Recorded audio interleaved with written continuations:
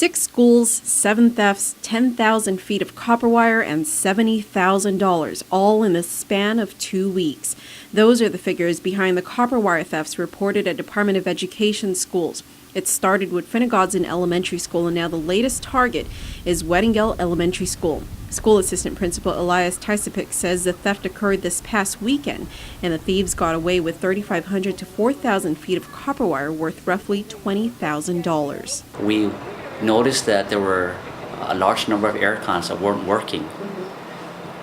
So what we did was we notified the authorities. We called GPD. They responded, and we also informed the maintenance department within the Department of Education. Out of the 46 classrooms at Weddingell Elementary, 32 were left without working air conditioning Monday morning. However, he says DOE maintenance crew has been able to restore air conditioning in 5 classrooms, but it still leaves 27 classrooms with no air conditioning.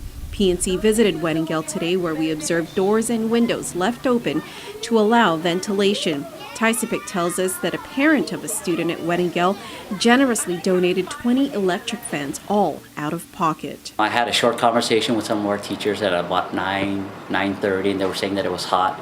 I can only imagine what happens at 12 o'clock when it gets extremely warm. So we asked Tysapik what's next for the school and what kind of assurances he's gotten from the Department of Education, but the answer he got from management is not very reassuring. Well, it's kind of disheartening to know that we were told that there's a good likelihood that we might get vandalized again.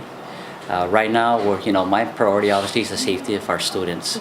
So right now, I don't have, at least for Weddingell, I don't have the resources to provide somebody after school hours to go ahead and monitor. DOE Deputy Superintendent Robert Millay tells PNC that while hiring security officers to patrol the schools after hours seems like the simplest answer, it's really not that simple. It would cost less to have security guards than it would be to pay for the materials, but when you don't budget for security guards because you're not anticipating someone's going to go and steal all of your copper wire, then that becomes a different topic of discussion altogether. It's not that DOE won't hire them. We're trying to find the mechanisms that we have available in order to do something like that.